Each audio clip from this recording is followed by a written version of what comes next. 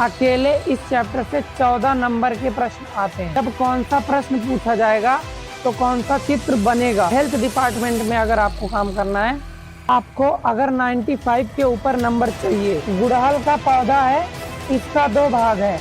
एक देख रहे हैं, ये जो मैं इसी पुष्प से आपको नर भाग निकाल के और फिर मादा भाग निकाल कर समझाऊंगा कि कौन सा नर भाग होता है, उसमें उसके क्या क्या अंग होते हैं। नर भाग के सभी अंगों का काम समझ लीजिए कि काम क्या क्या है इनका। अब इसी नर भाग को अगर काट दिया जाए, ऐसे ऐसे करके आधा कर दिया जाए, तो सबसे पहला प्रश्न ये पूछा जाता है कि अगर आपसे पेपर में पूछे कि सत्य फल का उदाहरण बताओ। निषेचन के बिना बीज का निर्माण हो जाता है। कभी कभी बोर्ड पेपर वाले, अगर आप 12th में हो और आपने बायोलॉजी लिया है तो मेरी इस बायोलॉजी की वीडियो को पूरी देख लेना। अगर आपको उस लेवल की जानकारी ना मिले, मेरी कोई भी वीडियो कभी मत देखना। बस मैं जो व्हाइट बोर्ड पे पढ़ा रहा हूँ उसे देखकर भग मत जाना, पूरी वीडियो देख लेना। सटीक जानकारी मैं इस वीडियो में, इस व्हाइट बोर्ड में ना दूं तो कहना। और प्लीज मुझे भी एक मौका दीजिए। ऐसे ही नहीं, आप लोग पहले यूज करिए मेरी वीडियोस को, देखिए एक बार पूरी, फिर उसके बाद भरोसा कीजिए कि हाँ ये बंदा आपको कुछ सिखा सकता है। अगर आपको लगे, वीडियो देख के अगर आपको लगे कि आपको उस लेवल की जानकारी नहीं मिली तो मेरी वीडियोस बिल्कुल कभी मत देखिएगा। लेकिन अगर आपको अच्छी लगी तो चैनल को भी सब्सक्राइब कर लीजिएगा, ताकि आपको हिंदी, इंग्लिश और बायोलॉजी की वीडियो लगातार मिलती रहे। इस वीडियो को पूरी देखने के बाद पुष्पी पादपों में लैंगिक जनन से बोर्ड पेपर में जितने सारे क्वेश्चन आते हैं और उन क्वेश्चन में जो जानकारी देनी चाहिए, जो जानकारी चाहता है बोर्ड वाला या एग्जामिनर जो भी प्रश्न सेट करता है, वो उससे ज्यादा जानकारी आपके पास होगी। चाहे जो भी क्वेश्चन होगा, आप उस क्वेश्चन को सटीक तरीके से टू द पॉइंट लिख के आएंगे, ये मेरा प्रॉमिस है अगर आप इस वीडियो को पूरा देखते हैं तो। और वो जानकारियां ऐसी होंगी जिसे पढ़ने के बाद एग्जामिनर अपने आप को नंबर देने से रोक ही नहीं पाएगा। अब मैं आता हूं बायोलॉजी के पहले चैप्टर पर, जिसका नाम है पुष्पी पादपों में लैंगिक जनन। तो सबसे पहले आप यही समझ लीजिए कि इस चैप्टर को, यानी पुष्पी पादपों में लैंगिक जनन को हम पढ़े ही क्यों पढ़ते हैं, क्यों पढ़ाया जाता है। सबसे पहले ये तो इसका कारण ये है कि जब आप इस चैप्टर को अच्छे से पढ़ लेते हो तो सिर्फ इसी चैप्टर से बायोलॉजी के पेपर में अकेले इस चैप्टर से 14 नंबर के प्रश्न आते हैं। तो आप जब आप ये अच्छे से ढंग से पढ़ते हो तो आपके 14 नंबर फिक्स हो जाते हैं जब आप अच्छे से पढ़ते हो। चित्र के साथ मैं आपको इस वीडियो में, इस चैप्टर में जितने सारे चित्र हैं, किस टॉपिक पे कब वो उन्हें बनाना है ये भी समझाऊंगा कि किस प्रश्न को जब कौन सा प्रश्न पूछा जाएगा तो कौन सा चित्र बनेगा। पहला कारण तो हो गया, हमें 14 नंबर के लिए पढ़ना है। 12th के बोर्ड एग्जाम में हम 14 नंबर ला सकें पूरा का पूरा। दूसरा कारण ये है कि बायोलॉजी लेने वाले बहुत सारे स्टूडेंट्स का जो इंटरेस्ट होता है वो हेल्थ डिपार्टमेंट में जाकर सर्विस करने का होता है। हेल्थ डिपार्टमेंट में अगर आपको काम करना है तो आपको हमारे वातावरण में पाए जाने वाले पेड़ पौधे व उनकी जीवन शैली, उनका जीवन कैसे चलता है, उनके सारे एस्पेक्ट्स के बारे में आपको अच्छे से समझना पड़ेगा। इसीलिए इस चैप्टर को हमें पढ़ना पड़ता है ताकि हम पौधों को अच्छे से समझ सकें, उनका जीवन कैसे चलता है, सब मैं आपको इस वीडियो में समझाने वाला हूँ। आपको एक भी जानकारी इधर उधर नहीं होगी और सब जानकारी आपके पेपर में काम आएगी। अब आपको अगर 95 के ऊपर नंबर चाहिए, कॉपी पेन साथ में रखना ताकि जो मैं चीजें बताऊं आप उन्हें नोट कर सको, ताकि आप उन्हें रिवाइज कर सको अच्छे से। जब आप बार बार रिवाइज करते हैं तो आपके माइंड में वो चीजें बैठ जाती हैं। इस चैप्टर का नाम है पुष्पीय पादपों में लैंगिक जनन। हम लोग सबसे पहले यही समझ लेते हैं कि आखिर एक पौधा होता क्या है, परिभाषा क्या बनेगी एक पौधे की। पौधा एक ऐसा सजीव है जो सामान्यतः हरे रंग का होता है तथा प्रकाश संश्लेषण विधि द्वारा अपना भोजन स्वयं बनाता है। इसीलिए पौधों को स्वपोषी जीव भी कहा जाता है। पौधे ऑक्सीजन इसलिए छोड़ते हैं ताकि वातावरण या पर्यावरण में संतुलन बना रहे जीवों के बीच। किसी भी पौधे का शरीर 2 भागों में बटा होता है। मैं आपको चित्र बना के समझाता हूं। और बायोलॉजी में अगर आप साइंस लिए हैं तो आपके लिए चित्र बहुत जरूरी होता है, इसीलिए चित्र अच्छे से देखना कि बनता कैसे है। जैसा कि मैंने बताया कि एक पौधे का 2 भाग होता है। अब इसमें एक गुड़हल का पौधा है, इसका 2 भाग है।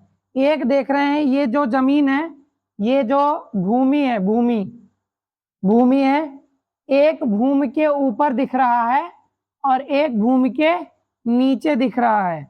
ये वाला हिस्सा ये भूमि है और ये वाला हिस्सा, इतना वाला हिस्सा ये आपको ऊपर दिख रहा है और बाकी ये वाला हिस्सा आपको नीचे दिख रहा है। पौधे के शरीर के सबसे पहले भाग को जो नीचे रहता है इसे जड़ तंत्र कहते हैं। क्या कहते हैं? जड़ तंत्र कहते हैं। इसे क्या कहते हैं? जड़ तंत्र। जड़ तंत्र यानी रूट सिस्टम। ये जो जड़ तंत्र है हमेशा भूमि के अंदर रहता है। तो मैं आपको एक फैक्ट बताता हूं, कुछ पौधों की जड़ें भोजन इकट्ठा कर लेती हैं। जैसे गाजर, मूली, चुकंदर, इनकी जो जड़ें होती हैं वो भोजन को इकट्ठा कर लेती हैं, बाद में हम लोग उनको अपने भोजन में प्रयोग कर लेते हैं। तो गाजर, मूली और चुकंदर हम लोग खाते ही हैं। तो कैसे होता है वो, उनका निर्माण कैसे होता है कि जो पौधे की जड़ होती है वो अब खाना जो है इकट्ठा कर लेती है जड़ में ही। दूसरा होता है प्ररोह तंत्र यानी शूट सिस्टम। ये तो हो गया जड़ तंत्र। और जो जमीन के ऊपर है इस भाग को क्या बोलेंगे? इस भाग को क्या बोलेंगे? प्ररोह तंत्र। क्या बोलेंगे? प्ररोह तंत्र यानी शूट सिस्टम। शूट सिस्टम ये हो गया प्ररोह तंत्र। आपके क्लास 12 के बोर्ड एग्जाम में इस भाग से प्रश्न बन सकता है, यहां से प्रश्न पूछा जा सकता है। प्रश्न ऐसे पूछा जाएगा, आपसे पूछ लिया जाएगा कि ये जो फल, फूल और पत्तियां हैं, तना है, ये सब किस तंत्र का हिस्सा है?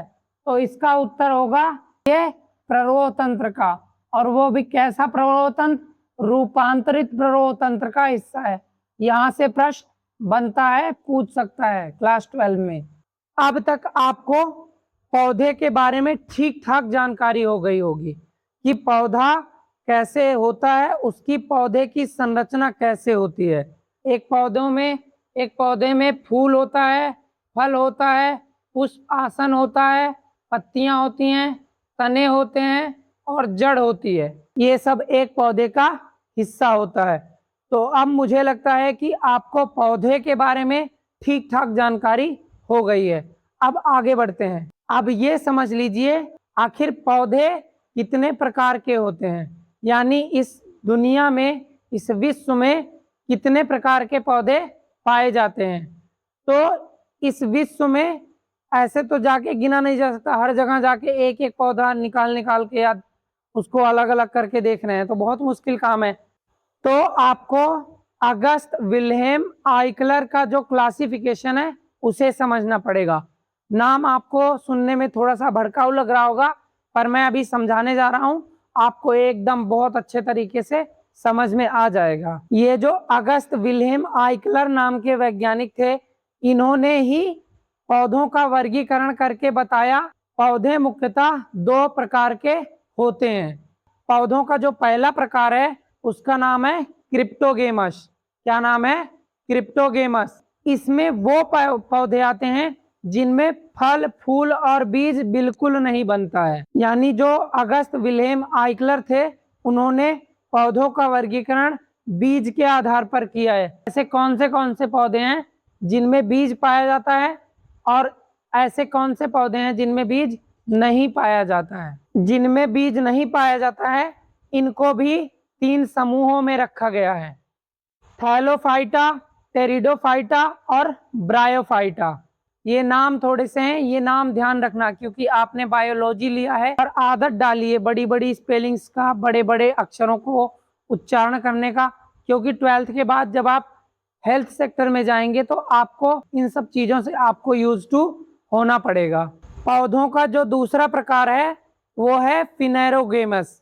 इसमें वे पौधे आते हैं जिनमें फल फूल और बीज बनते हैं। ऐसे पौधों को भी जिनमें फल फूल और बीज बनते हैं उनको भी दो समूहों में रखा गया है। पहले समूह का नाम है जिम्नोस्पर्म। इस वर्ग के पौधों में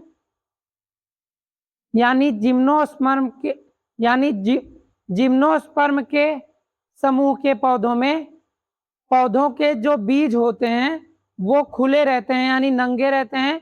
ये हो गया आपका जिम्नोस्पर्म के समूह का पौधा। ये ऐसे पौधे जो पाए जाते हैं उनका नाम है साइकस, पाइनस और सेड्रस।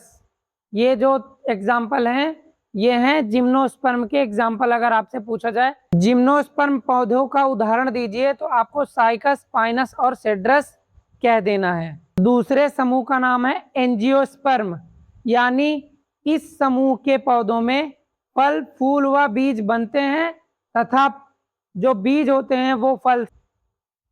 एंजियोस्पर्म का अगर आपसे उदाहरण पूछे कि एंजियोस्पर्म का कोई एक उदाहरण दीजिए तो आप ऐसे पौधे का नाम बताइए जिसका बीज जो है फल से ढका रहता है, जैसे आम हो गया। तो इस आधार पर भी पौधों को दो भागों में बांटा गया है। एक हो गया एक बीजपत्री, दूसरा हो गया द्विबीजपत्री।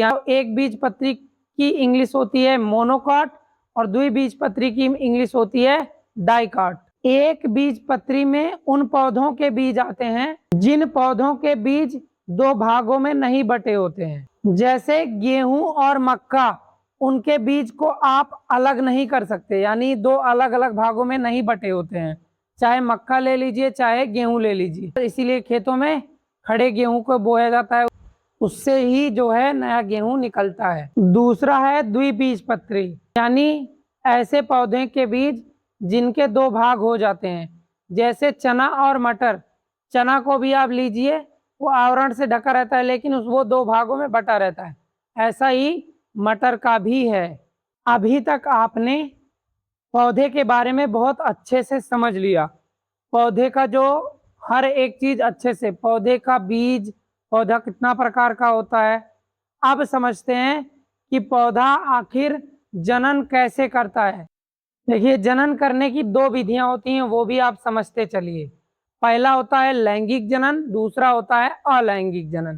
पौधे जनन करने के लिए जो क्रिया अपनाते हैं वो लैंगिक अपनाते हैं। लैंगिक जनन वह जनन होता है जिसमें नर व मादा भाग लेते हैं, तभी जाके जो है एक नई संतति की प्राप्ति होती है। आम हो गया, सरसों हो गया, मनुष्य हो गया, ये सब लैंगिक जनन करते हैं। इनको जो है ये अकेले संतान उत्पत्ति नहीं कर सकते हैं, इनमें नर और मादा की आवश्यकता होती ही होती है। दूसरा है अलैंगिक जनन। अलैंगिक जनन वह जनन होता है जिसमें एक ही जनक भाग लेता है, या तो नर या तो मादा। अलैंगिक जनन का उदाहरण है आलू, ब्रायोफाइलम और अदरक। अब आपको ये भी समझ में आ चुका है कि जनन कितने प्रकार से हो सकता है। अब समझ लीजिए कि आखिर पौधा जनन करता ही कैसे है, यानी पौधों में जनन कैसे, कहाँ व किससे होता है। अब आपको यहाँ पे बहुत ध्यान से समझना है, यहाँ से भी बहुत सारे क्वेश्चन आपके पेपर में, क्लास 12 के पेपर में बनते हैं, तो आप ध्यान से समझिए और अच्छे से नोट करते रहिए इन चीज़ों को, ताकि जब आप रिवाइज करें तो आपके पास, मैंने प्रॉमिस किया है, आपके पास और लोगों से ज़्यादा जानकारियाँ होंगी इस टॉपिक से, इस चैप्टर से रिलेटेड। तो मैं अपना प्रॉमिस पूरा कर रहा हूँ, आप भी पूरा कीजिए, आप नोट कीजिए ताकि आप रिवाइज कर सकें और भूलें ना। तो चलिए मैं आपको समझाना शुरू करता हूँ कि पौधों में जनन कहाँ, कैसे और किससे होता है। जनन समझने से पहले आपको पुष्प की संरचना को अच्छे से समझना पड़ेगा। जो पौधे होते हैं उनका जो जननांग होता है वो फूल होता है। तो आप समझ लीजिए आखिर फूल कहते ही किसे हैं। फूल यानी पुष्प आवृत्त बीजी पौधों का वह अंग है जिससे पौधे जनन करते हैं तथा नर व मादा अंग इसी में पाए जाते हैं। पुष्प के इसी नर व मादा भाग के द्वारा लैंगिक जनन संभव हो पाता है। आगे मैं आपको फूल बनाकर समझाने वाला हूँ। फूल में से नर भाग निकाल के और फिर मादा भाग निकाल के समझाने वाला हूँ कि कौन सा नर भाग होता है, कौन सा मादा भाग होता है। नर भाग के जो अंग होते हैं उनके नाम क्या हैं और जो मादा भाग के नाम है वो क्या हैं, ये सब आप तभी समझ पाएंगे जब आप वीडियो को पूरी देखेंगे। अभी अभी आपने समझा कि फूल क्या है, अब समझिए कि फूल कितने प्रकार का होता है। फूलों के प्रकार में सबसे पहला प्रकार है एक लिंगी पुष्प यानी एक लिंगी फूल, यानी जिसमें या तो नर भाग पाया जाता रहेगा या तो मादा भाग पाया जाएगा। ऐसे पुष्प जिसमें जो है या तो नर भाग पाए जाएं या तो मादा भाग पाए जाएं, इनमें से कोई एक पाया जाए तो उसे एक लिंगी पुष्प कहते हैं। इसका उदाहरण होता है पपीता। पुष्प का दूसरा जो प्रकार है वो है द्विलिंगी पुष्प। द्विलिंगी पुष्प वे पुष्प होते हैं जिनमें नर व मादा दोनों भाग पाए जाते हैं, तो ऐसे पुष्प को जो है द्विलिंगी पुष्प कहते हैं। इसका उदाहरण होता है गुड़हल और सरसों। जब मैं आपको फूल की यानी पुष्प की संरचना समझाऊं तो आप ध्यान देकर समझिए और हो सके तो कॉपी पेन से साथ साथ बनाते चलिए, इससे आपकी प्रैक्टिस भी हो जाएगी और आप पेपर में भूलेंगे नहीं कि कैसे बनाना है। आपका साथ साथ में चित्र की भी यानी फिगर की भी प्रैक्टिस हो जाएगी। और बहुत सारे लोग जो है एग्जाम टाइम पे नाम ही नहीं लिख पाते, चित्र तो उन्हें याद रहता है, फिर वो जब आप अभी साथ साथ प्रैक्टिस करोगे तो आपको ये भी पता चलेगा कि अंगों के नाम कौन सा नाम कहाँ पे लिखना है, ये सबसे बड़ी समस्या होती है। तो आप अगर मेरे साथ प्रैक्टिस करते चलेंगे तो बेस्ट रहेगा आपके एग्जाम के लिए भी। चलिए मैं आपको पुष्प समझाता हूँ, पुष्प की संरचना कैसे होती है।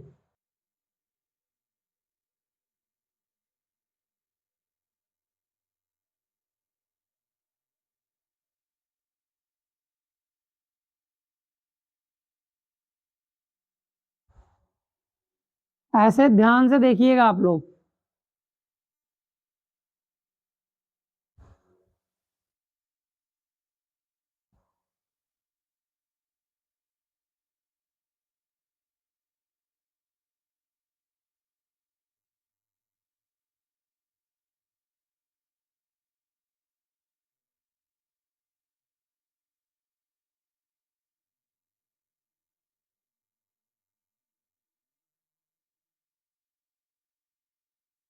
देख रहे हैं, ये ऐसे कुछ ऐसे बनेगा।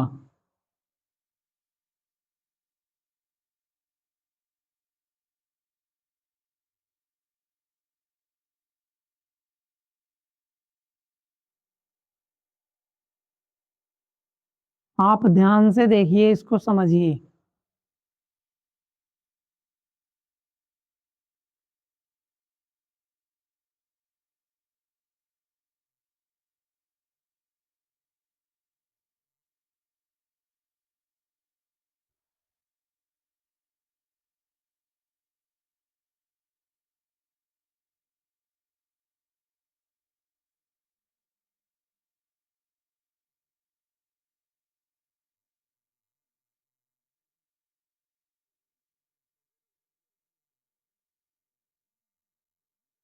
कि आपको चित्र समझ में आ गया होगा कि कैसे इसको बनाया है। जब आप पेंसिल से अच्छे से बनाएंगे प्रैक्टिस करके तो आपका और भी अच्छा लगेगा। तो यही पुष्प आपकी एनसीईआरटी बुक में भी दिया हुआ है। अब इसका नामकरण समझ लेते हैं कि कौन सा भाग क्या क्या कहलाएगा। सबसे पहले ये है पुष्प वृंत। क्या है? पुष्प वृंत, इसे पेडिसेल कहते हैं। इस पे पुष्प टिका हुआ है, सारा पुष्प जिस पे टिका हुआ है उसे कहते हैं पुष्पासन। क्या कहते हैं? पुष्पासन। इसे कहते हैं बाह्य दल। इसे कहते हैं बाह्य दल। दल की मतलब होती है सेपल। बाह्य दल की इंग्लिश होती है सेपल। पुष्पासन का भूल रहा हूं, अभी मेरे दिमाग से निकल गया है, तो आप लोग मैनेज कर लीजिएगा थोड़ा। ये भाग जो आपको दिख रहा है, ये वाला, ये जो खाली खाली भाग दिख रहा है, ये वाला, ये इसे कहते हैं पुष्पदल, इसे कहते हैं पुष्प दल, क्या, कोरोला। इसके इसके और इसके समूह को, यानी इसके और इसके समूह को, यानी इस ये और ये मिलके जो रंग बिरंगी पत्तियां रहती हैं फूल में, उनके समूह को दलपुंज कहते हैं। क्या कहते हैं? दलपुंज कहते हैं, यानी कैलिक्स। और ये वाला भाग जो ये वाला दिख रहा है, ये वाला भाग, ये जो इतना सा ये ऊपर गया हुआ है डंठल के साथ, इसे कहते हैं मादा भाग। इसे क्या कहते हैं? मादा भाग। मादा भाग यानी गाइनोसियम। मादा भाग को दोस्तों जायांग कहते हैं। क्या कहते हैं?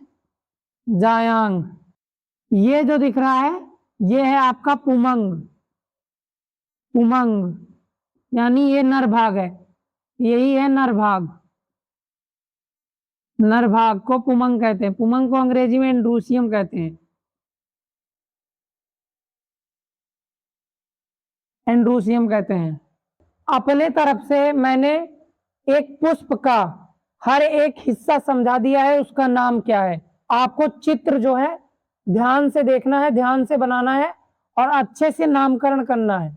अब मैं इसी पुष्प से आपको नर भाग निकाल के और फिर मादा भाग निकालकर समझाऊंगा कि कौन सा नर भाग होता है, उसमें उसके क्या क्या अंग होते हैं, कौन कौन से अंग जो है जनन में, जो पुष्पों का जनन होता है, पौधों का जनन होता है, कौन से अंग उससे भाग लेते हैं, दोनों से, नर भाग से और मादा भाग से।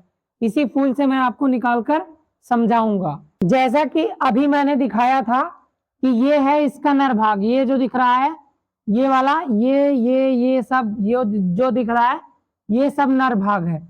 नर भाग को पुंकेसर तब कहा जाता है जब इसमें से किसी एक का नाम पूछा जाए। बाहर निकाल के, बाहर एक तोड़ लो आप और एक तोड़ के बाहर निकाल लो, तो इसको यानी इनमें से कोई एक नर भाग निकाल लो तो उसे पुंकेसर कहते हैं।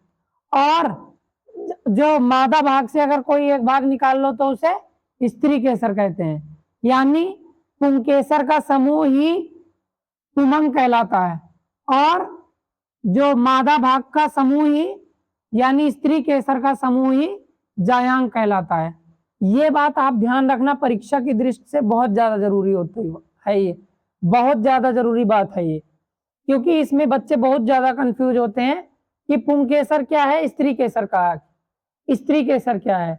स्त्री केसर जब जो है मादा भाग समूह में रहे तो उसे कहेंगे जायांग, उसे कहेंगे जायांग। जब नर भाग समूह में रहे, गुच्छे में रहे, इकट्ठा रहे तो उसे कहेंगे पुमंग। और जब अकेला रहे तो क्या कहेंगे? पुंकेसर। और जब मादा भाग अकेली रहे तो क्या कहेंगे? स्त्री केसर। इसका मतलब यह है कि जब पुंकेसर कहा जाए तो समझ लेना नर के जननांग की बात हो रही है, किसी एक नर जननांग की बात हो रही है। और जब स्त्री केसर की बात हो तो मादा के जननांग की बात हो रही है। तो ध्यान रखना, ये अलग अलग चीजें हैं। ये रहा, इसको निकाल कर अब मैं लाता हूं बाहर। ये देखिए, दिख रहा होगा आशा करता हूं। इसका चित्र कुछ ऐसा बनेगा। इसे बाहर निकालने के बाद ये ऐसे, ये है पुष्प का नर भाग। इसे देख लेते हैं। इसके इस भाग को परागकोश कहते हैं। जो फूला हुआ भाग दिख रहा है हिस्सा, ये फूला हुआ हिस्सा क्या कहलाता है? परागकोश। क्या कहलाता है? परागकोश। अंग्रेजी में इसे एंथर कहते हैं। क्या कहते हैं? एंथर कहते हैं। जहां पे ये डंठल और परागकोश मिल रहा है इसे कहते हैं योजी। क्या कहते हैं? योजी कहते हैं इसे। इसकी अंग्रेजी होती है कनेक्टिव। और इस पूरे डंठल को क्या कहते हैं? वृंत कहते हैं। इसे अंग्रेजी में फिलामेंट कहते हैं। क्या कहते हैं? फिलामेंट कहते हैं। अब नर भाग के सभी अंगों का काम समझ लीजिए कि काम क्या क्या है इनका। देखिए पराग कोष का कार्य होता है पराग कणों को इकट्ठा रखना, उनको जो है संजो के रखना, संभाल के रखना। और योजी का काम होता है कि इस डंठल से और पराग कोष को जोड़े रखना, यानी वृंत से पराग कोष को जोड़ के रखना, ताकि जो है पोषण अंदर तक यानी पराग कणों को मिल सके और पराग कण सुरक्षित रहें, वो उनका विकास होता रहे अच्छे से। अब इसी नर भाग को अगर काट दिया जाए, ऐसे ऐसे करके आधा कर दिया जाए, ऐसे ऐसे करके आधा कर दिया जाए, तो कुछ ऐसी संरचना प्राप्त होगी। दोस्तों ध्यान से समझते चलना, कुछ ऐसी संरचना प्राप्त होगी आपको जी, और ये कुछ ऐसी रहेगी।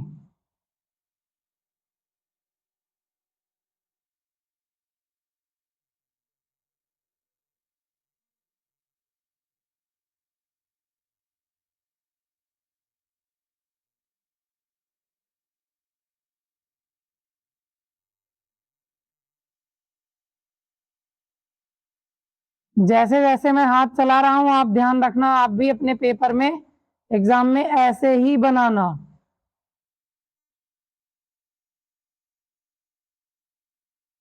मैं जैसे जैसे अपना हाथ चला रहा हूं ना, आप लोग भी आशा करता हूं ऐसे ही चलाएंगे। ऐसे जब पराग कोष को दो भागों में काट दिया जाता है तो आपको पता चलता है कि पराग कोष 4 पालियों में बटा होता है। इससे हमें पता चलता है कि जो पराग कोष होता है वो द्विपालित होने के कारण इसमें 4 कोण बने होते हैं, यानी तभी इसे चतुष्कोणीय संरचना भी कहा जाता है। प्रश्न पूछेगा कि जो पराग कोष होता है वो कैसी संरचना होती है, तो आपको जवाब देना है चतुष्कोणीय संरचना होती है। और इन चारों कोनों में 4 थैलियां पाई। लघु बीजाणु ध्वनि का काम क्या होता है कि वो लघु बीजाणुओं को कोई नुकसान नहीं पहुंचने देती है, बाहर के वातावरण का, धूप का, सर्दी का, किसी का भी जो है वो प्रभाव नहीं पड़ने देती है लघु बीजाणु ध्वनि, इसीलिए इसके अंदर रहते हैं। लघु बीजाणुओं को बचाने के लिए 4 परतें पाई जाती हैं।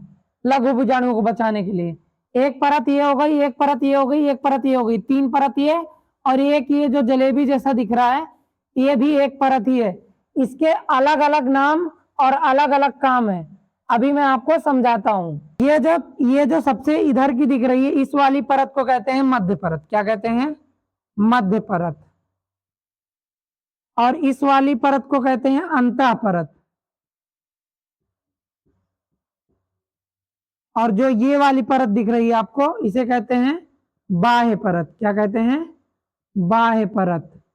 और ये जो जलेबी जैसी दिख रही है ये वाली परत, यानी ये वाली परत, इसे टेपिटम कहते हैं। क्या कहते हैं? टेपिटम। और यही है सबसे महत्वपूर्ण, यानी जो लघु बीजाणु ध्वनि का सबसे महत्वपूर्ण अंग होता है टेपिटम। टेपिटम का कार्य ये होता है कि जो भी लघु बीजाणु अंदर विकसित हो रहे होते हैं, उनका विकास हो रहा होता है, उनको पोषण पहुंचाता है ये, और उनको उनकी रक्षा के लिए होता है कि चाहे कुछ भी हो जाए, किसी भी हालत में जो है इनकी रक्षा करनी है, इनको कुछ होने नहीं देना है। ये कार्य होता है टेपिटम का, यानी पोषण पहुंचाने का और साथ में इसकी लघु बीजाणुओं की रक्षा करने का। टेपिटम परत ही वह परत है जो कैलेज नाम की एंजाइम भी बनाती है। लघु बीजाणुओं के जब स्फुटन का समय आता है तो यही कैलेज एंजाइम काम आता है। तो कैलेज एंजाइम भी टेपिटम ही बनाता है फूल में, एक पुष्प में। और टेपिटम परत ही वह अंग है जो स्पोरोपोलिन नाम का पदार्थ बनाती है, जो पराग कणों की बाहरी परत, जिसे बाह्य चोल कहते हैं, उसका निर्माण करता है। स्पोरोपोलिन पदार्थ जो है वो पराग कणों की रक्षा ऐसे करता है जैसे एक माँ अपने बच्चे की रक्षा करती है। स्पोरोपोलिन इतना मजबूत होता है कि इस पे कोई भी अम्ल डाल लो, H2SO4, HNO3, सल्फ्यूरिक अम्ल, कुछ भी डाल लो आप इस पे कोई असर नहीं पड़ने वाला। दुनिया का सबसे मजबूत जो है ये रसायन है स्पोरोपोलिन, इस पर किसी का प्रभाव नहीं पड़ता है। अब हम समझ लेते हैं इस जो है पुष्पी पादपों में लैंगिक जनन के सबसे इंपॉर्टेंट कीवर्ड लघु बीजाणु को। यहीं से आप अच्छे से समझना शुरू करिए ताकि आपसे कोई भी चीज मिस ना हो। अगर आपने लघु बीजाणुओं को अच्छे से समझ लिया तो आपको ये चैप्टर हलवा लगेगा, हलवा एकदम। तो समझिए कि लघु बीजाणु है क्या, कैसे बनता है तथा कहाँ पाया जाता है। यकीन मानिए कि अगर आपने इस क्लास को अच्छे से ध्यान से चित्र बनाते हुए समझ लिया, जैसे जैसे मैं समझा रहा हूं, तो आप चाहे नीट की तैयारी करेंगे या ऐसा कोई भी एग्जाम की तैयारी करेंगे जिसमें बायोलॉजी लगेगा और ये चैप्टर रहेगा उसमें, तो आपसे बेहतर समझ इस चैप्टर के बारे में किसी को नहीं होगी, यकीन से कह सकता हूं मैं। क्योंकि मैं जैसे एक एक चीज करके समझा रहा हूं, फूल, फूल के बाद नर भाग, फिर अभी मादा भाग समझाऊंगा, आपको एक एक चीज बारीकी से पता होगी। तो चाहे जहां से क्वेश्चन बनेगा, चाहे जिस लेवल का क्वेश्चन बनेगा, आप सॉल्व कर ले जाओगे। तो आप समझना शुरू कीजिए कि आखिर लघु बीजाणु होते क्या हैं। लघु बीजाणु पौधे का वह हिस्सा होता है जो पराग कोश के लघु बीजाणुधानी में पाया जाता है। अभी मैंने बताया था कि लघु बीजाणुधानी कहाँ पाई जाएगी, पराग कोश में। पराग कोश को जब काटेंगे तो ये जो द्विपालित होता है, इसमें 4 जो है थैलियां पाई जाती हैं चारों कोनों पर। जो चारों कोनों पर थैलियां पाई जाती हैं, यही जो है अलग अलग लघु बीजाणुधानियां कहलाती हैं। और लघु बीजाणु कहाँ पाए जाते हैं, लघु बीजाणुधानी में। लघु बीजाणु कहाँ पाए जाते हैं, लघु बीजाणुधानी में। और सरल करके यदि मैं बताऊं तो यही लघु बीजाणु जब बच्चे की अवस्था में रहता है, एकदम छोटा सा नन्हा मुन्ना रहता है, यानी उसमें कुछ भी विकास नहीं हुआ रहता है, तब वो लघु बीजाणु कहलाता है। लेकिन जब वो थोड़ा मैच्योर हो जाता है, मजबूत हो जाता है, तब उसे परागकण कह देते हैं। तो लघु बीजाणुओं को ही परागकण कहा जाता है। क्या आपको ये बात पहले से पता थी? कमेंट करके जरूर बताएं। अगर आपको क्लास अच्छी लग रही हो तो लाइक जरूर कर दीजिए। ये तो हो गया लघु बीजाणु है क्या, कहाँ पाया जाता है। अब समझ लीजिए कि लघु बीजाणु आखिर बनते कैसे हैं। देखिए, जैसे हमारे और आपके शरीर में जैसे हमारा और आपका शरीर जो है कोशिकाओं से मिलकर बना होता है, वैसे पराग कोश भी कोशिकाओं से मिलकर बना होता है। जब इनका शरीर भी कोशिकाओं से मिलकर बना होता है तो पराग कोश के अंदर जो कोशिकाएं होते हैं वो बड़ी हो जाती हैं, वही जो है माइक्रोस्पोरल कोशिकाएं कहलाती हैं। आर्चीस्पोरल कोशिकाएं बन जाती हैं और यही आर्चीस्पोरल कोशिकाएं विभाजित होकर स्पोरजनक नाम का एक ऊतक बनाती हैं। मतलब मैं आपको फिगर के द्वारा समझाता हूं कि ये जो पराग कोश है, ये जैसे हमारा शरीर, आपका शरीर बना हुआ है किसी कोशिका से, वैसे ये पराग कोश भी कोशिका से मिलकर बना है, जिसे आर्चीस्पोरल कोशिका कहते हैं। और आर्चीस्पोरल कोशिका ही विभाजित होकर स्पोरोजनक नाम का एक ऊतक का निर्माण करती है। इसी स्पोरजनक ऊतक की कोशिकाएं जो है लघु बीजाणु मातृ कोशिकाओं में बदल जाती हैं। कौन बदलता है लघु बीजाणु मातृ कोशिकाओं में? ये जो स्पोरजनक ऊतक है। और ये जो लघु बीजाणु मातृ कोशिका होती है, द्विगुणित होती है। ये सवाल बोर्ड एग्जाम में कई बार पूछा गया है। इस लघु बीजाणु मातृ कोशिका को एमएमसी भी कहते हैं, यानी माइक्रोस्पोर मदर सेल्स। यही लघु बीजाणु मातृ कोशिका जो है अर्धसूत्री विभाजन करती है और अर्धसूत्री विभाजन करने के बाद ही लघु बीजाणुओं का जन्म होता है, यानी लघु बीजाणु बनते हैं। और शुरू में ये लघु बीजाणु आपस में जुड़े रहते हैं। जब तक ये लघु बीजाणु आपस में जुड़े रहते हैं तब तक इन्हें कार्ट्रॉड कहते हैं। और जब अलग अलग हो जाते हैं कार्ट्रॉड, तो यही लघु बीजाणु बन जाते हैं। और यही लघु बीजाणु जब विकसित हो जाते हैं तो इन्हीं को यही परागकण कहलाते हैं।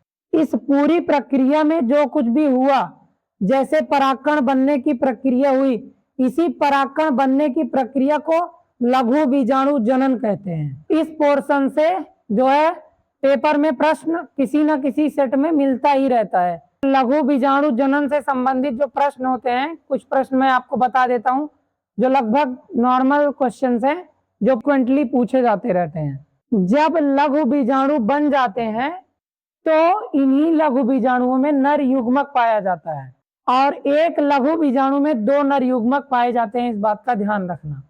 तो सबसे पहला प्रश्न ये पूछा जाता है कि लघु बीजाणुओं के गुणसूत्रों की संख्या क्या होती है। तो इसका उत्तर है यानी लघु बीजाणुओं की गुणसूत्रों की संख्या क्या होती है, वो अगुणित होती है। कैसी होती है? अगुणित होती है। दूसरा प्रश्न ये पूछा जाता है कि मातृ कोशिका में गुणसूत्र की संख्या कितनी होती है। तो इसका उत्तर है 2n होती है। और अगला क्वेश्चन ये पूछा जाता है कि मातृ कोशिका कौन सा विभाजन करती है। तो अर्धसूत्री।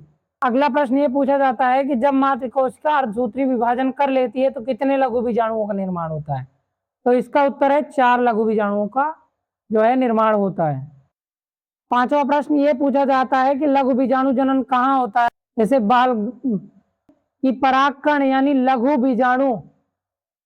अब लगे हाथ ये भी समझ लीजिए क्योंकि मैं एकदम बेसिक से समझा रहा हूं और चाहे छोटा बच्चा भी होगा वो भी अगर ये क्लास देखेगा तो पौधे के बारे में छोटी से छोटी।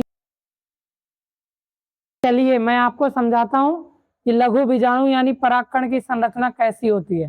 ध्यान से चित्र को देखते हुए समझना।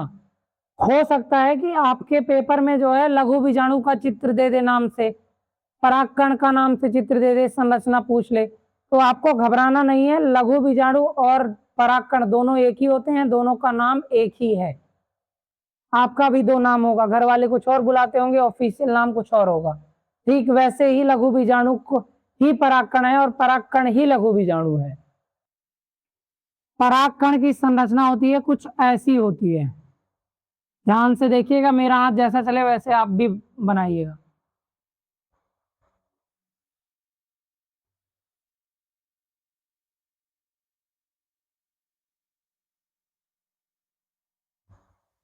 जैसे जैसे मैं हाथ चला रहा हूं दोस्तों, आपका हाथ भी वैसे वैसे चलना चाहिए।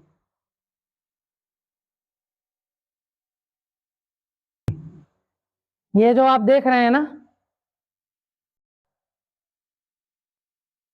ऐसे, कौन सा भाग?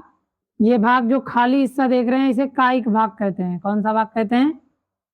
बाह्य चोल। ये जो जो दिख रहा है आपको, ये जो धारी जैसा, ये है इसका बाह्य चोल। क्या है? बाह्य चोल। क्या है इसका? ये जो दिख रहा है हिस्सा आपका, ये खाली सा जो है ये जनन छिद्र।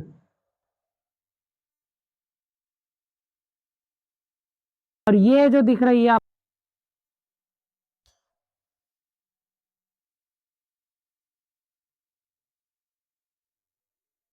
परागकण में 2 परतें पाई जाती हैं, एक बाह्य चोल और एक अंतःचोल। एक बाह्य चोल, क्षमा करना दोस्तों, ये अंतःचोल है।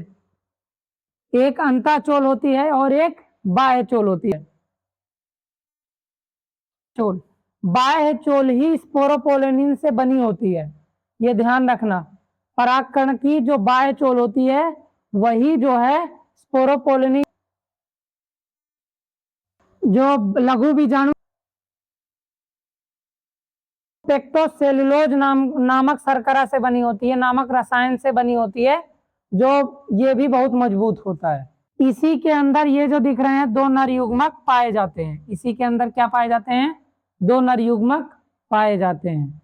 यही दोनों जो नर युग्मक दिख रहे हैं यही जो है मादा के वर्तिकाग्र पर पहुंचकर जो है जनन की क्रिया को सफल बनाते हैं, यानी लैंगिक जनन करते हैं।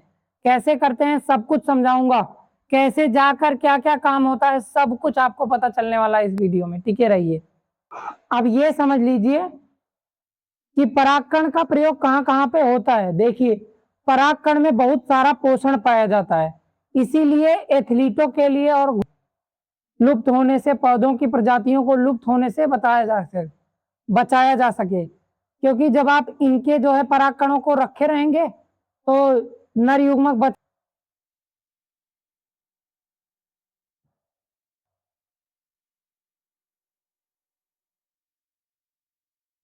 परागकण अपनी जीवन क्षमता आधे घंटे यानी 30 मिनट के अंदर ही खो देते हैं, यानी आधे घंटे में ये नष्ट हो जाते हैं। परागकणों को अगर बचा के रखना है तो -196 डिग्री सेल्सियस के टेम्परेचर पर लिक्विड नाइट्रोजन के, जो लिक्विड नाइट्रोजन होता है उसे -190 नीट लेवल की तैयारी। अगर आप प्रिपरेशन कर रहे हैं किसी जो है कॉम्पिटिटिव एग्जाम का तो आप उसके लेवल की जानकारी आपको हो चुकी होगी। आशा करता हूं कि आपको नर भाग, जो पुष्प का नर भाग होता है, अच्छी से अच्छी क्वालिटी की जानकारी आपको हो गई होगी। आगे बढ़ते हैं, आगे बढ़ते हैं और समझते हैं कि जो पुष्प का मादा भाग होता है उसके बारे में अच्छे से। देखिए, फूल का जो ये भाग दिख रहा है ना, ये वाला भाग, ये वाला, ये वाला भाग, ये वाला जो दिख रहा है ऐसे ऐसे करके, ये नीचे से आया है ऐसे, इसी भाग को मादा भाग कहते हैं। इसको अब हम लोग बाहर निकालते हैं कैसे बनता है।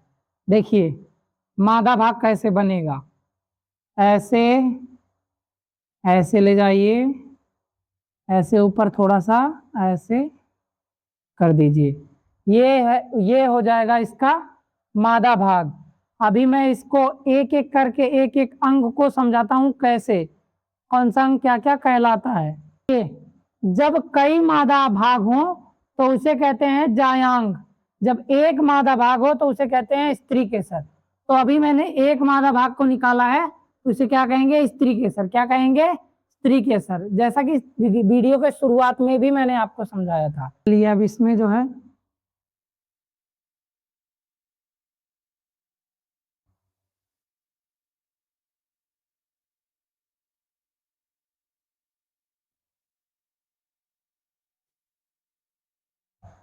ये हो गया इसका स्त्री केसर। इसे क्या कहते हैं, इसे कहते हैं वर्तिकाग्र। ये जो ऐसे ऐसे दिख रहा है धारी जैसा, इसे क्या कहते हैं, वर्तिकाग्र। क्या कहते हैं, वर्तिकाग्र।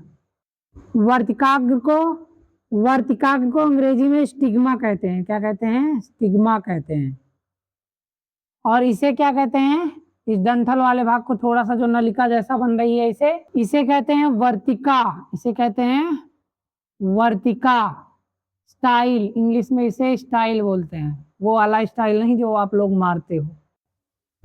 इसे क्या कहेंगे, ये जो दिख रहा है आपको अंडाशय, फूला हुआ भाग जो नीचे दिख रहा है, इस फूले हुए भाग को क्या कहते हैं, अंडाशय, यानी ओवरी। ये तो हो गए इसके ऊपरी भाग, मतलब ये जो दिख रहे हैं आपको सब इसके ऊपरी भाग हैं। देखिए, अब मैं उन चीजों को समझाने जा रहा हूं जो मादा भाग के अंदर होते हैं, तो ध्यान से समझिएगा। जैसे मैं ये वीडियो में समझा रहा हूं, ठीक वैसे ही मैं जब मानव जनन की वीडियो लाऊंगा, वन शॉट वीडियो लाऊंगा, जो कि बहुत ज्यादा जरूरी है क्लास 12 के लिए, उसमें भी ऐसे ही मैं समझाऊंगा, एक एक चीज का जो है निकाल के समझाऊंगा, कौन सी चीज क्यों है, कहाँ है, कैसे है, क्या काम करती है, कैसे होता है, सब कुछ समझाऊंगा। अगर आपको जैसे इस वीडियो में जैसे मैं समझा रहा हूं आपको समझ में आ रहा है, तो आपको उस वो वाली वीडियो में भी आपको बहुत अच्छे तरीके से समझ में आएगा मानव जनन जी। तो मानव जनन वाली वीडियो भी आप जरूर देखिएगा, और देखने के लिए चैनल को सब्सक्राइब रखिए, बेल आइकन प्रेस रखिए, ताकि जैसे ही वो वीडियो आए आपको तुरंत मिले बिना देरी के। तो अब आते हैं अपने टॉपिक पर। ये रहा अंडाशय। हम लोग कहाँ पे थे, अंडाशय पे। ये जो भाग दिख रहा है आपको पूरा ये वाला, इसे कहते हैं अंडाशय। आप, आशा करता हूं कि जैसे जैसे मैंने जो है पुष्प का मादा भाग बनाया है, आपको ये बनाना आ गया होगा अच्छे से। ये जो चित्र दिख रहा है आपको, ये मादा भाग का है और ये अंडाशय है, ये जो फूला हुआ भाग दिख रहा है। देखिए, अंडाशय पौधे का वह हिस्सा होता है जो बीजांडों की रक्षा करता है। अब ये बीजांड क्या है आगे समझेंगे, बहुत अच्छे तरीके से एक एक चीज समझाऊंगा। जो यही अंडाशय है, जब निषेचन हो जाता है पौधों में, तब यही अंडाशय जो है फल में बदल जाता है। और अंडाशय भ्रूण तथा बीज के विकास में भी सहायक होता है। कुल मिलाकर अगर कहा जाए कि जो मादा भाग का नीचे वाला हिस्सा होता है जो फूला होता है, वही अंडाशय कहलाता है, जिसमें बीजांड स्थित होते हैं। बीजांडों का आकार और आकारिकी विभिन्न पौधों में, यानी अलग अलग पौधों में अलग अलग होती है।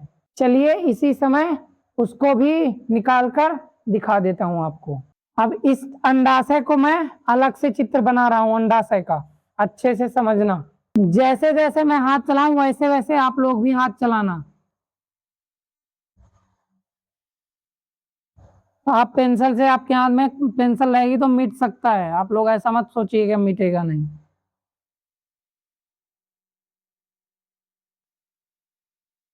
ऐसे थोड़ा सा वृत्त निकालेंगे और फिर ऐसे,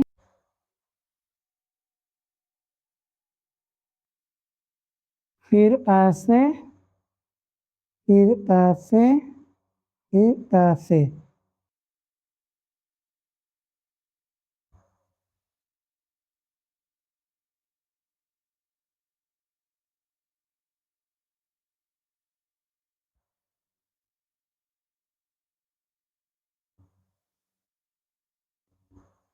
ये ऐसा कुछ दिखेगा आपको, ऐसे जैसे मैंने चित्र बनाया है। आपने देखा होगा अगर मुझे बनाते हुए, तो आपको समझ में आ चुका होगा कि कैसे बनाना है इसको।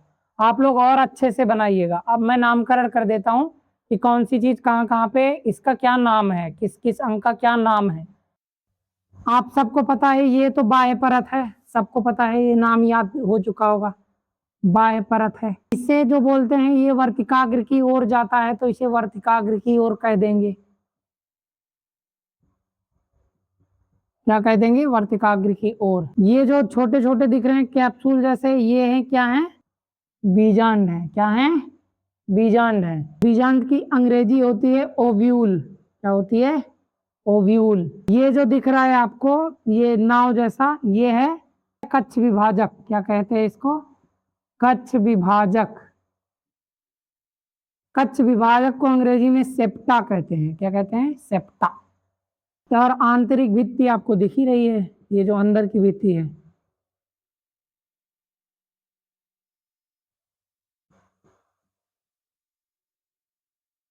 ये जिसपे टिका हुआ है, ये इसे क्या कहेंगे? फूलाधार। क्या कहेंगे? फूलाधार। क्या कहेंगे? फूल आधार। क्या कहेंगे? फूल आधार। आशा करता हूं कि आपको अंडाशय का भी चित्र आपको समझ में आ चुका होगा, कैसे बनेगा, कौन सा नाम कहाँ पे रहेगा। पौधों में ही मादा भाग का जो अगला अंग है जो जनन में भाग लेता है, वो है ओव्यूल यानी बीजांड। इसको भी देख लेते हैं, इसकी संरचना, इसका चित्र कैसा रहता है। इसको अब मैं बाहर निकालूंगा और इसको चित्र बना के आपको समझाऊंगा कि कौन सी चीज, कौन सा अंग है, क्या काम करता है। सबसे पहले तो आप यही जान लीजिए कि जो बीजांड होता है वो अंडाशय के अंदर पाया जाता है, और इस बीजांड का कार्य होता है मादा युग्मक यानी अंडकोश का निर्माण करना तथा निषेचन के लिए जगह प्रदान करना। इसका काम होता है। किसका काम होता है? ओव्यूल का यानी बीजांड का। मतलब जो निषेचन के लिए जगह भी देना है और अंडकोश का निर्माण भी करना, इसी का काम है। भ्रूण कोश के बाद जो है बीज का निर्माण करना भी इसी का कार्य है। भ्रूण और भ्रूण कोश के विकास में भी सहायता करना इसका काम ही है। और जब निषेचन हो जाता है तो यही बीजांड बीज में परिवर्तित हो जाता है। बीजांड बाहर से कैसा दिखता है उसका भी चित्र बनाऊंगा, बीजांड अंदर से कैसे दिखता है उसका भी चित्र बनाऊंगा, तो आप लोग ध्यान से समझते रहिएगा। जो इसका बाहर से दिखता है वो कुछ ऐसा दिखता है, ये ऐसे गुब्बारे जैसा,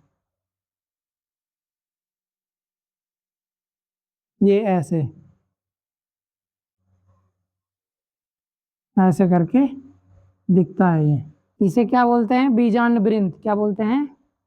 बीजांड वृंत।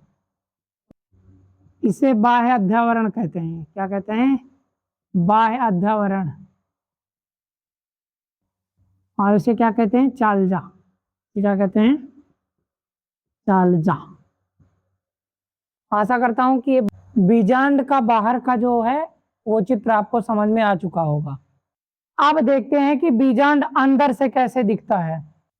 सेम वैसा चित्र बनेगा।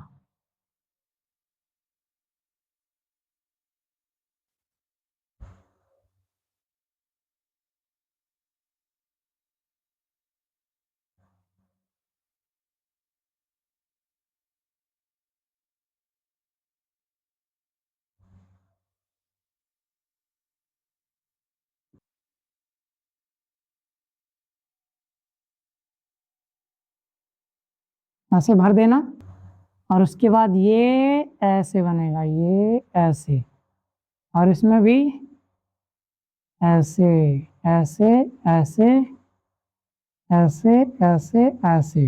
ये रहा इसका ये। आशा करता हूँ कि बनाएंगे, चित्र को साफ सुथरा चित्र बनाएंगे। अब चलते हैं चित्र में क्या क्या, कौन सा अंग क्या क्या नाम है, उसका काम क्या है, ये भी समझ लेते हैं।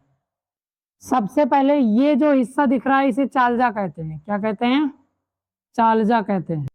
ये जो हिस्सा दिख रहा है इसे क्या कहते हैं? बीजांड द्वार। किसे क्या कहते हैं? इसे बीजांड द्वार। इसे क्या कहते हैं?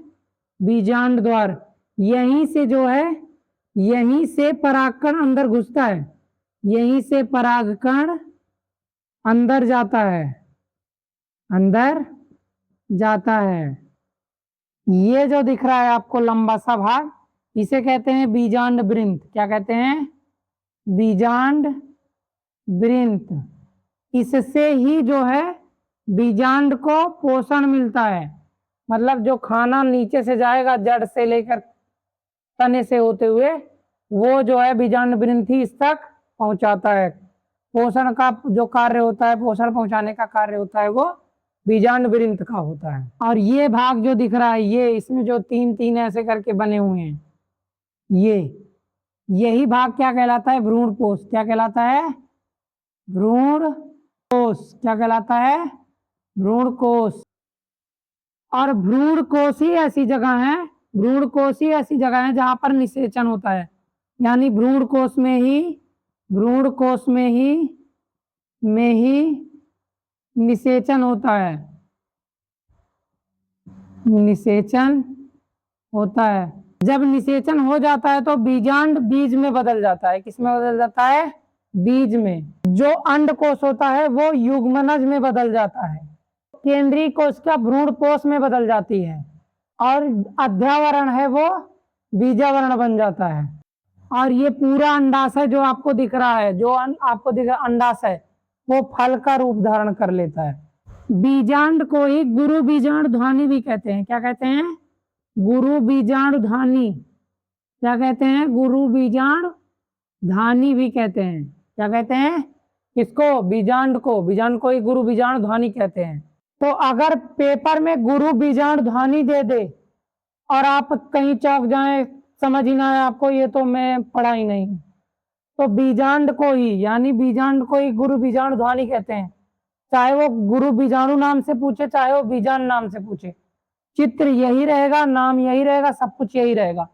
आपको पेपर में घबराना बिल्कुल नहीं है, क्योंकि आप रिजल्ट मीटर से पढ़ रहे हो। यहाँ पे आपको ऐसी चीजें मिलेंगी, हर चीज अच्छे से समझ के। आशा करता हूं कि ये भी चित्र आपको अच्छे से समझ आ चुका होगा, नामकरण समझ में आ चुका है, कौन सी चीज कहाँ पे है और किस किस अंग का क्या कार्य होता है, ये समझ में आ चुका होगा।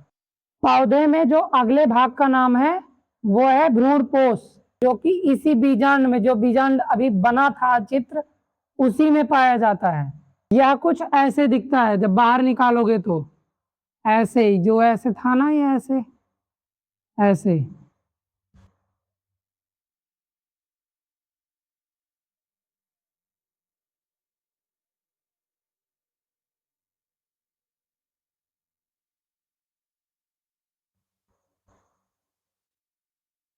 ये ऐसे ऐसे था ना, ऐसे करके, वही है। ये है सहायक कोशिकाएं। क्या ये? सहायक कोशिकाएं। ये है केंद्रीय कोशिका। क्या है ये? केंद्रीय कोशिका। इसे कहते हैं प्रतिपाद कोशिका। इसे क्या कहते हैं? प्रतिपाद कोशिका। कुल मिलाकर मादा भाग के भ्रूणपोष की संरचना ऐसी है, इसमें 7 कोशिकाएं पाई जाती हैं। एक अंड कोशिका, 2 सहायक कोशिका तथा 3 प्रतिपाद कोशिका तथा एक केंद्रीय कोशिका भी पाई जाती है। अब इसको मिलाकर हो गया 7। केंद्रीय कोशिका में 2 केंद्रक पाए जाते हैं। अंड कोशिका का ही कार्य होता है मादा युग्मक बनाने का। केंद्रीय कोशिका में उपस्थित ध्रुवीय केंद्रक निषेचन के बाद भ्रूणकोश बनाता है, यहीं पर निषेचन होता है। भ्रूणकोश गुरु बीजाणुधानी के समसूत्री विभाजन से बनता है। भ्रूणकोश को ही मादा युग्मकोद्भिद कहते हैं। क्योंकि इसी में ही मादा युग्मक होता है। ये तो हो गई भ्रूण कोश की संरचना। अब समझिए कि भ्रूण कोश बनता कैसे है। देखिए, बीजांड में भ्रूण कोश को बनाने के लिए गुरु बीजाणु जनन होता है। गुरु बीजाणु धानी में बनते हैं। आशा करता हूं कि आपको जो है गुरु बीजाणु कैसे बनते हैं यानी भ्रूण कोश कैसे बनता है सब कुछ समझ में आ चुका होगा। यहाँ तक सब कुछ क्लियर होगा। अब सब कुछ बन गया है तो अब होगा गुरु बीजाणु जनन। कैसे? अब समझेंगे कि गुरु बीजाणु जनन होता कैसे है। गुरु बीजाणु जनन वह प्रक्रिया है जिसमें गुरु बीजाणु मातृ कोशिका अर्धसूत्री विभाजन करके गुरु बीजाणु बनाती है तथा यह क्रिया अंडाशय के अंदर होती है। जब ये क्रिया पूरी होती है तो 4 गुरु बीजाणु बनते हैं, जिसमें से 4 में से 3 गुरु बीजाणु नष्ट हो जाते हैं, एक ही बचता है। जो बचता है उसी को भ्रूण कोश के नाम से जाना जाता है। इस वीडियो में अभी तक लैंगिक जनन करने वाले पौधों के पुष्प का नर भाग और मादा भाग को आपने नाम सहित काम सहित अच्छे से समझ लिया है। अगर नहीं समझ में आया हो तो 24 घंटे के भीतर इसी वीडियो को एक बार और देख लेना, आपको सब कुछ क्लियर हो जाएगा। क्योंकि इस चैप्टर से 14 नंबर के क्वेश्चन बनते हैं पेपर में। 14 नंबर अगर आपको पूरे मिल गए तो सोचिए आपका रिजल्ट कहाँ पे खड़ा होगा। अगर आप इस वीडियो को अब आगे देखते हैं तो आपको पता चलेगा कि एक लैंगिक जनन करने वाले पौधे के बीच क्या होता है कि नए पौधे का निर्माण या नए बीज का निर्माण हो जाता है। देखिए, नया पौधा जादू से नहीं बनता है। जब नर युग्मक यानी पुष्प का नर युग्मक और मादा युग्मक आपस में मिलते हैं तो युग्मनज बनता है, तब जाके नए पौधे का निर्माण होता है। इसकी पूरी प्रक्रिया होती है जिसे मैं अभी समझाऊंगा। जब नर युग्मक और मादा युग्मक मिलते हैं तो इस क्रिया को परागण कहते हैं। जब ये क्रिया तब होती है जब परागकोश फटता है, परागकोश से परागकण बाहर निकलते हैं। इस परागकोश से परागकण बाहर निकलने की प्रक्रिया को स्फुटन कहते हैं। और ये एग्जाम में बहुत बार पूछा जाता है। परागकण का वर्तिकाग्र तक पहुंचने की क्रिया को ही परागण क्रिया कहते हैं, परागण कहते हैं। इन्हीं परागकणों में नर युग्मक पाए जाते हैं। और परागण 2 प्रकार से हो सकता है।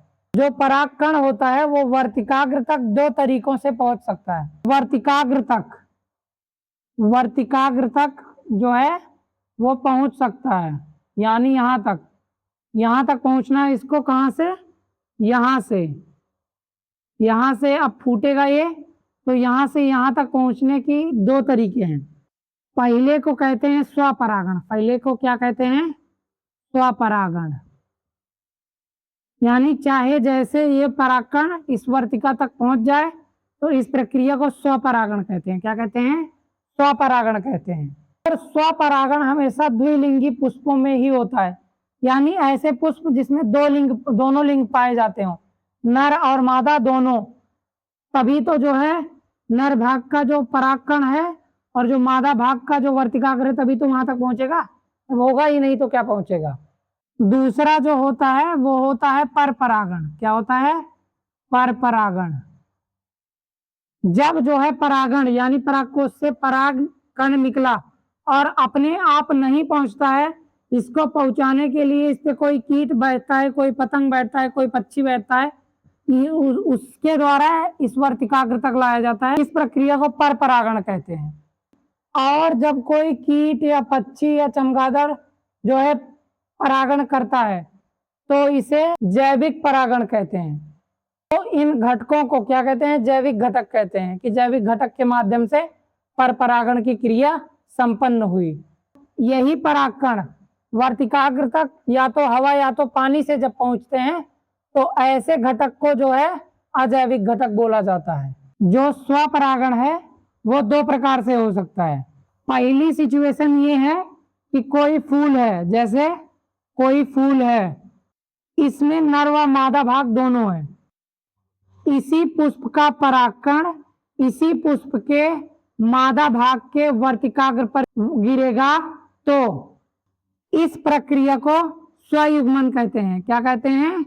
स्वयुग्मन। क्या कहते हैं? स्वयुग्मन कहते हैं।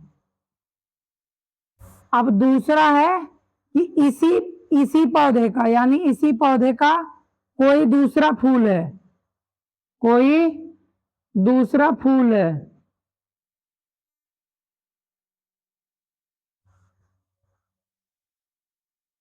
इसका जो है इसी पौधे के दूसरे फूल के मादा भाग पर जाकर गिरेगा तो इसे समजात पुष्पी परागण कहेंगे। क्या कहेंगे? समजात पुष्पी परागण। अब हम मान लेते हैं कि जो परागण है वो मादा भाग के वर्तिकाग्र तक पहुंच चुका है। अब देखते हैं कि आगे ऐसा क्या होता है जिससे जो है नए पौधे का निर्माण हो जाता है। अब आपने वहां तक समझ लिया है, जब जो है कोई परागकण एक मादा भाग के वर्तिका तक पहुंच चुका है। अब समझेंगे कि अब जब वर्तिका तक पहुंच चुका है तो अब आगे क्या क्रिया होगी। ये जो नर युग्मक है, यानी परागकण जो गया है वर्तिकाग्र पर, यानी वर्तिकाग्र पर जो गया है, ये परागकण जो गया है इस वर्तिकाग्र पर, अब ये अंडाशय में जाएगा। कहाँ जाएगा? अंडाशय में जाएगा। भ्रूण कोश में क्या पाया जाता है? मादा युग्मक पाया जाता है। और यहाँ से नर युग्मक आ गया। नर युग्मक प्लस मादा युग्मक मिलेंगे और भ्रूण का निर्माण कर देंगे। क्या कर देंगे? भ्रूण का निर्माण कर देंगे। के बीच क्या होगा? निषेचन की क्रिया द्वारा निषेचन होगा, तब जाके भ्रूण का निर्माण होगा। और जब निषेचन हो जाएगा, निषेचन के बाद जो है भ्रूण का विकास शुरू हो जाता है। यही भ्रूण विकसित होकर या तो एक पत्री बीज का निर्माण करता है या तो द्विबीज पत्री का निर्माण करता है। कि जो अंडाशय होता है वो निषेचन के बाद फल में बदल जाता है। हमने जो है परागकण की क्रिया द्वारा अंडाशय में पहुंचकर निषेचन होने के बाद नर युग्मक और मादा युग्मक मिलने के बाद फल जो है बनने की प्रक्रिया पूरी हो चुकी है। अब समझ लेते हैं कि फल कितने प्रकार के बनते हैं। जब ये प्रक्रिया होती है तो फल कितने प्रकार के बन सकते हैं। पहले फल का प्रकार है सत्य फल। सत्य फल वह फल होता है जो निषेचन के बाद अंडाशय से विकसित होता है। जैसे आम और टमाटर। आम और टमाटर इसके मुख्य उदाहरण है। चना हो गया, गेहूं हो गया, धान, नारियल और मटर भी इसके ही उदाहरण हैं। दूसरा फल है असत्य फल। इसे आभासी या कूट फल भी कहते हैं। तो चाहे आपसे कूट फल पूछे, आभासी फल पूछे या असत्य फल पूछे, इन तीनों का नाम एक ही है आपको, यानी एक ही उत्तर देना है। असत्य फल वह फल होता है जो अंडाशय के अतिरिक्त किसी अन्य भाग से जो है वो विकसित हुआ होता है, उसे कहते हैं असत्य फल, आभासी फल या कूट फल। असत्य फल के मुख्य उदाहरण होते हैं सेब और नाशपाती। तो अगर आपसे पेपर में पूछे कि सत्य फल का उदाहरण बताओ तो क्या बताना है आपको? टमाटर और आम। और असत्य फल का उदाहरण पूछे तो सेब और नाशपाती बताना है। और अगला जो फल होता है वो होता है अनिषेक फल, जो कि अनिषेक फलन विधि द्वारा प्राप्त होता है। अनिषेक फलन की परिभाषा कई बार बोर्ड पेपर में पूछी गई है। तो अनिषेक फलन वह प्रक्रिया है जिसमें निषेचन के बिना ही अंडाशय फल में बदल जाता है, यानी बिना निषेचन के ही जो अंडाशय होता है वो फल में बदल जाता है। इस प्रक्रिया को अनिषेक फलन कहते हैं तथा इस प्रक्रिया से प्राप्त होने वाले फल को अनिषेक फल कहते हैं। अगला है असंग जननता। असंग जननता वह प्रक्रिया होती है जिसमें निषेचन के बिना बीज का निर्माण हो जाता है। कभी कभी बोर्ड पेपर वाले असंग जननता और अनिषेक फलन में अंतर पूछ लेते हैं। तो ये अंतर होगा, अनिषेक फलन में निषेचन के बिना फल बनता है और असंग जनता में लिखोगे असंग जनता में निषेचन के बिना बीज बनता है।